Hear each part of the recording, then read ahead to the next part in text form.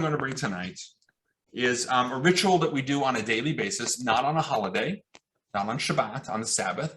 It's commanded to us actually 4 times in the Torah, twice in Exodus and twice in the book of Deuteronomy.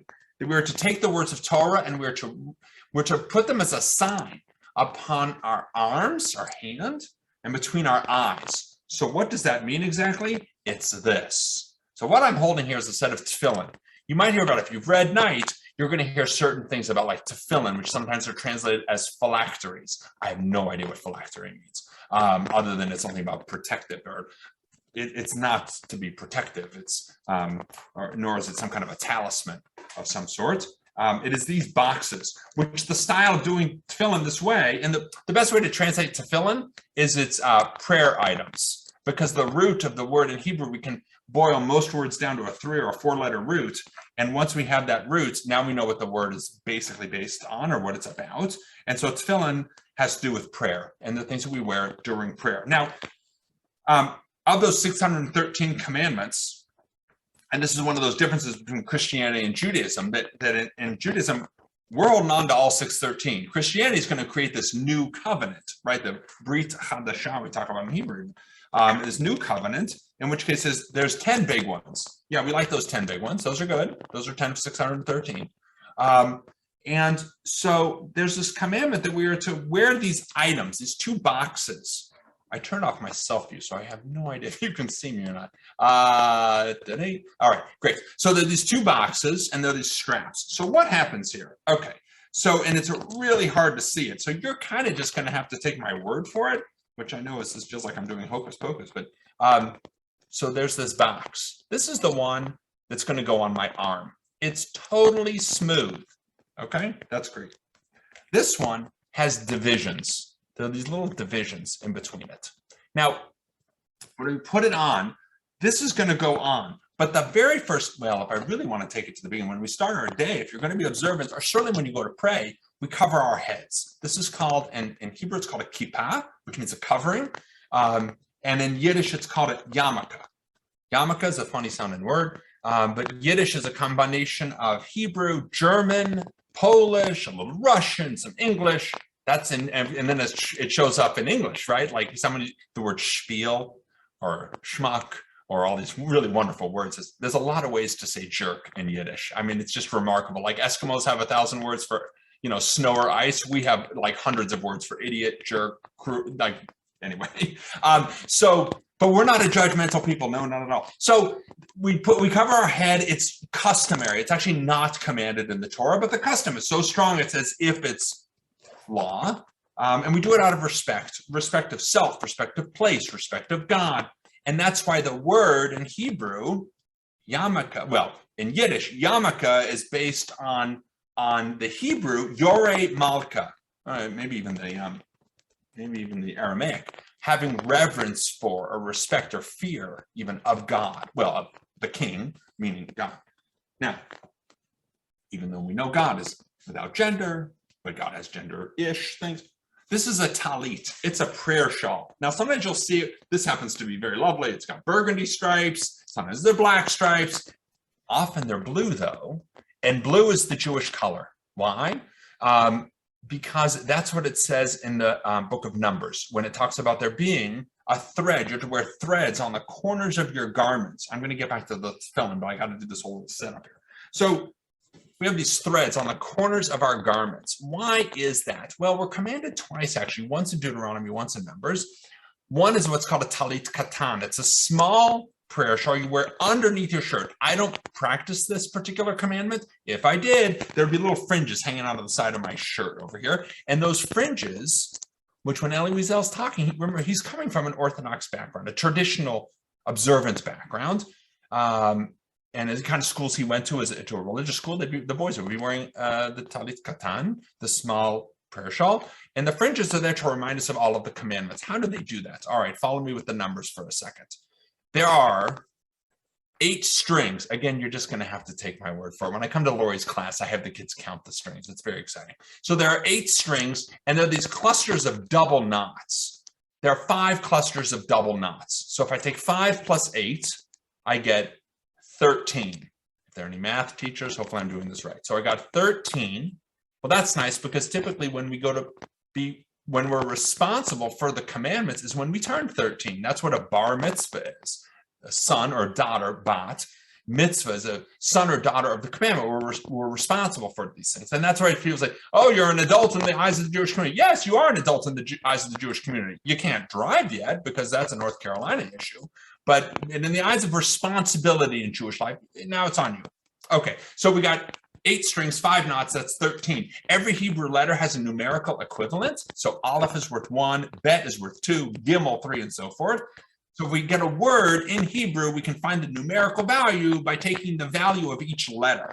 So the word for fringe in Hebrew, tzitzit, adds up to 600. So the value of this word is 600 plus the 5 knots plus the 8 strings. I get 613. So when I go to put this on, as I do, now I'm literally wrapped in the commandments. Ta-da!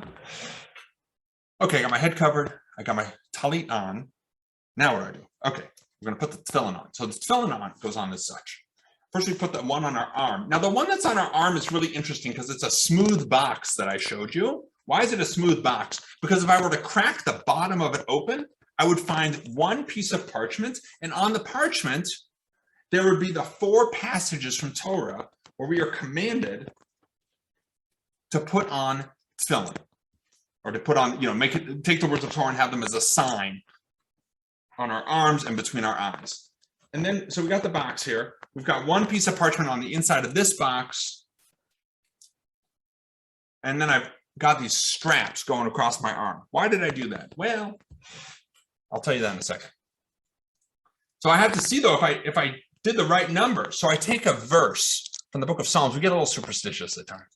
I don't want to count.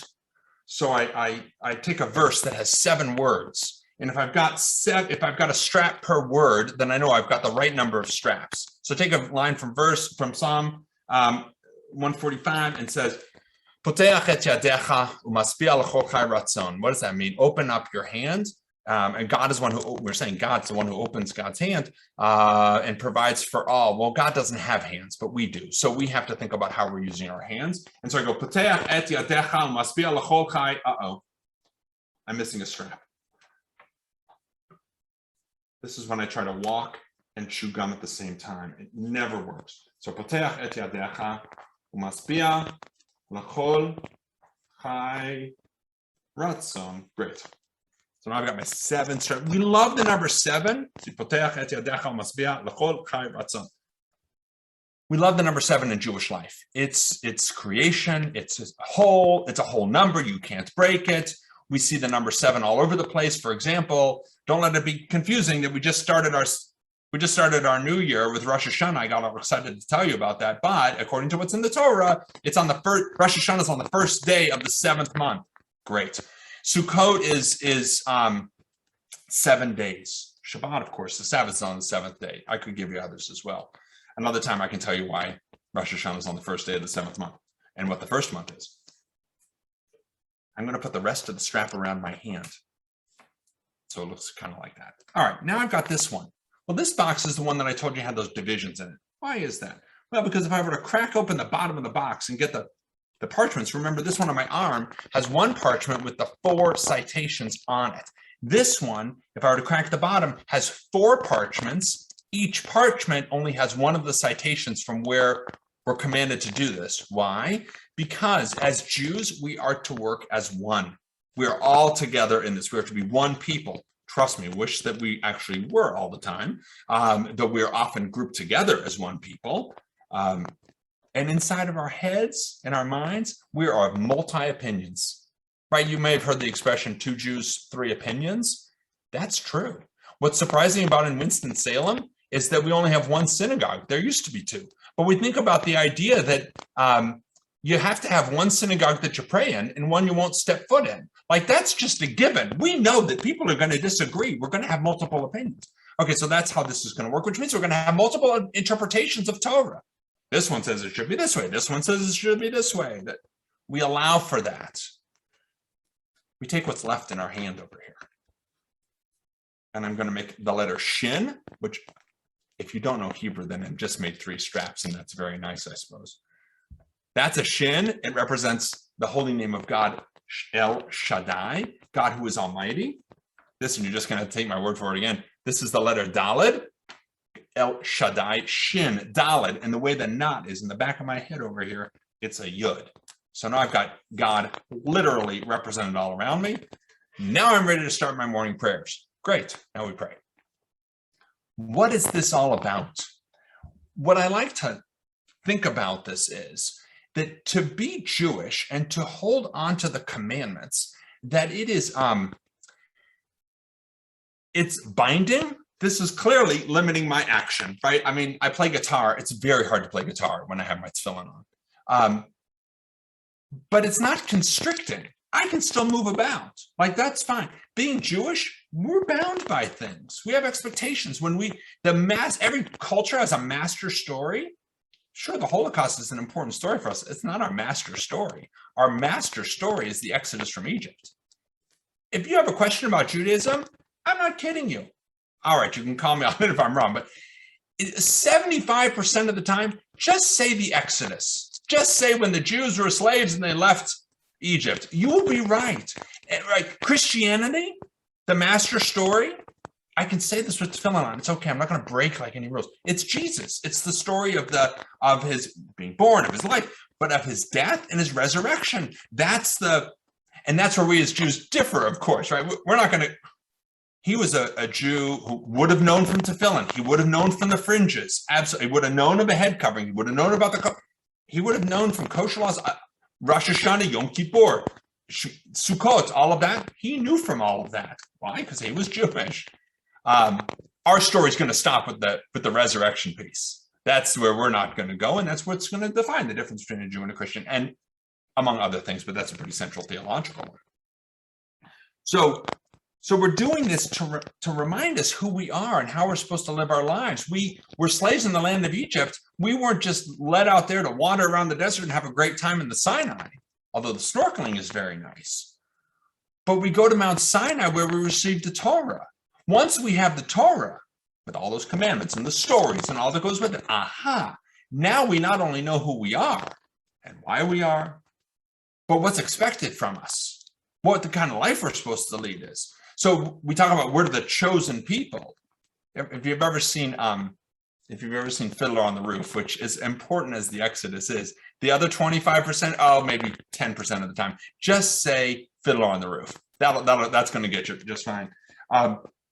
And when Tevye says, couldn't you pick on someone else a little while? Like, so what, we're chosen for this? Yeah, no, we're chosen with a unique destiny. It's not that we're better than others. It's just that this is our path to try to understand who we are, what we're supposed to be, what God expects of us, all of that. Other people, they can do what they want. Please just don't bother us. Like, it's enough already with that. But really, this is who we are, and we've been chosen with this destiny, which at times can feel a real burden. And trust me, working with any number of bar mitzvah students, it can feel remarkably constricting and binding in a less than pleasant way. But that's welcome to adulthood too, right? I mean, it turns out we have obligations and responsibilities. And talking about roots in the word in Hebrew, the word for responsibility in Hebrew is achrayut, because the root of that word is acher, thinking about the other person. That's what responsibility is. And while we're just having these, kind of intellectual spasms about how to respond to COVID-19, the Jewish response is really easy. Watch out for each other. What more do you need to know about that? Sorry.